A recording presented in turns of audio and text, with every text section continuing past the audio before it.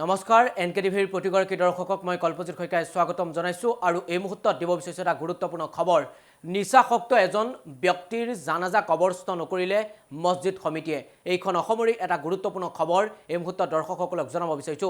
10 এপ্ৰিলত সুৰাসক্ত অৱস্থাত পথ দুৰ্ঘটনাত মৃত্যু হৈছিল ব্যক্তিজন মৃত্যু হোৱা লোকজনৰ জানাজা সম্পন্ন নকৰাৰ সিদ্ধান্ত এইখন অসমৰে মছজিদ কমিটিৰ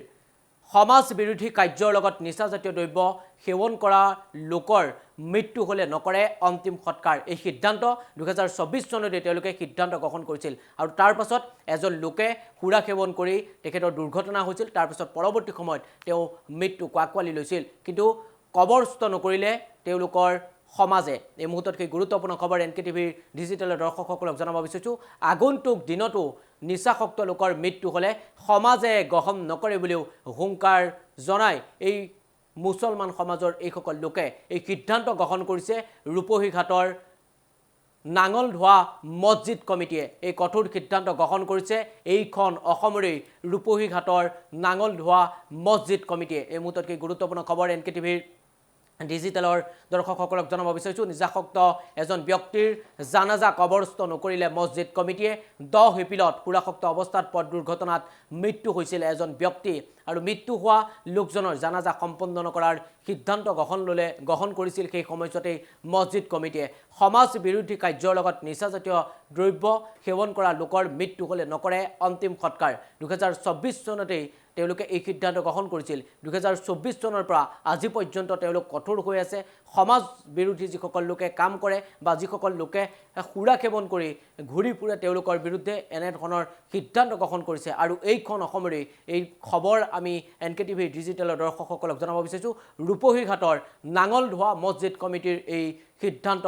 গ্ৰহণ কৰিছে মন্দিৰ পৰিচালনা সমিতিৰ লোকসকলৰ মন্তব্য আছে পৰৱৰ্তী সময়ত আমি মন্তব্য শুনাবলৈ চেষ্টা কৰিম তাৰ মাজতে এই মুহূৰ্তত কি গুৰুত্বপূৰ্ণ খবৰ জনাব বিচাৰিছো নিচাসক্ত এজন ব্যক্তিৰ জানাজা কবৰস্থ নকৰিলে মছজিদ কমিটিয়ে 10 এপ্ৰিলত সুৰাসক্ত অৱস্থাত দুৰ্ঘটনাত মৃত্যু হৈছিল এজন ব্যক্তি মৃত্যু হোৱা লোকজনৰ জানাজা সম্পন্ন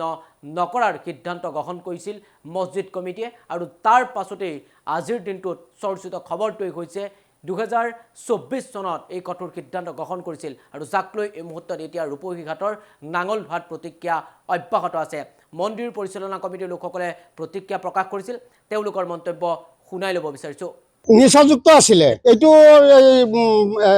আপোনাৰ নাঙ্গলদোৱা গাঁৱৰ বাসিন্দাৰ তেখেতে আগৰ পৰাই নিচা খাই থাকে নিচাযুক্ত কৰাৰ পিছত আমি বহুত বাধা বিঘ্নি কৰিছো কৰাৰ পিছত সি মানা নাই সি নিচা খাইয়ে আছে তাৰপাছত তেল টেক্সৰ ৰূপহী গৈ পেলাই ক'ত নিচা খাইছে খাই পেলাই মানে তেল টেক্সত গাড়ীৰ পিছফালে মানে শুই আছিলে গাড়ীটো বেক কৰাৰ টাইমত মানে সি মৃত্যু হৈ গ'ল মানে কি নিচাসক্ত অৱস্থাৰ নিচা থাকা অৱস্থাতেই তাৰ মৃত্যু হৈছে না জানাজা আমি সম্পন্ন কৰা নাই আৰু এইটো কাৰণে আমি আমাৰ পৰা খাটিও কৈছিলে আমি খাটিও দিয়া নাই আমাৰ সমাজৰ পৰা মানুহ যোৱা নাই আমি জানাজাত তাত যোৱা নাই ক'ত কি কৰিছে ক'ত পুতিছে আমি এইটো নাজানো আমাৰ নাঙ্গলদোৱা গাঁৱত এটা মছজিদ আছে আমি বনাইছো নাঙ্গলদোৱা বালিকা নতুন জামে মছজিদ কমিটি আমাৰ কমিটিৰ অন্তৰ্গত যিজন মানুহ মানে মদাহী আছিল আৰু আমি সিদিনাখন কাৰ্যকৰী সভা এটা বহিছো সভাত আমি প্ৰচিডিং আকাৰে এটা প্ৰস্তাৱ লৈছো 3 নম্বৰ প্ৰস্তাৱ আছিল এইটো প্ৰস্তাৱৰ মতে আছিল যিবিলাক মানুহে আমাৰ সমাজৰ অন্তৰ্ভুক্ত যিবিলাক মানুহে মদ বাং ড্ৰাগছ ইত্যাদি সেৱন কৰে যদি মৃত্যু হয় আমি আমাৰ সমাজৰ তৰফৰ পৰা জানাজা নিদিওঁ বা আমাৰ সমাজৰ যিটো কবৰস্থান আছে তাত আমি মানে কবৰস্থানত আমি কবৰ দিবলৈও মানে আমাৰ বাধা আছে আৰু যিহেতু সিজন কেইদিন আগত কৈ ঠিক আছিল 10 তাৰিখে এজন মানুহ আমাৰ সমাজৰ মানুহ তেওঁ এজন বহুত মদাহী আছিল আমি বহুত বুজাইছো কিন্তু মই বহুত মৰমো কৰিছো মানুহজনক কিন্তু সি নামানি এতিয়া একদম এনেকুৱা ৰাজহুৱা ঠাইত মৃত্যু হৈছে যাতে মানে কোনেও আৰু হেৰি কৰিব নোৱাৰে মদ খাই মৰিছে গতিকে আমি এনেকুৱা এজন মদাহী মানুহক যিহেতু প্ৰস্তাৱ লৈছো প্ৰস্তাৱ গৃহীত কৰিছো ৰাজহুৱাভাৱে প্ৰচিডিং আকাৰে এইটো প্ৰস্তাৱ মৰ্মে তেখেতে আমাৰ সমাজৰ অন্তৰ্ভুক্ত আছিল গতিকে তেখেতক জানাজা দিব পৰা আমি দিবলৈ মানে স্থান দিয়া নাই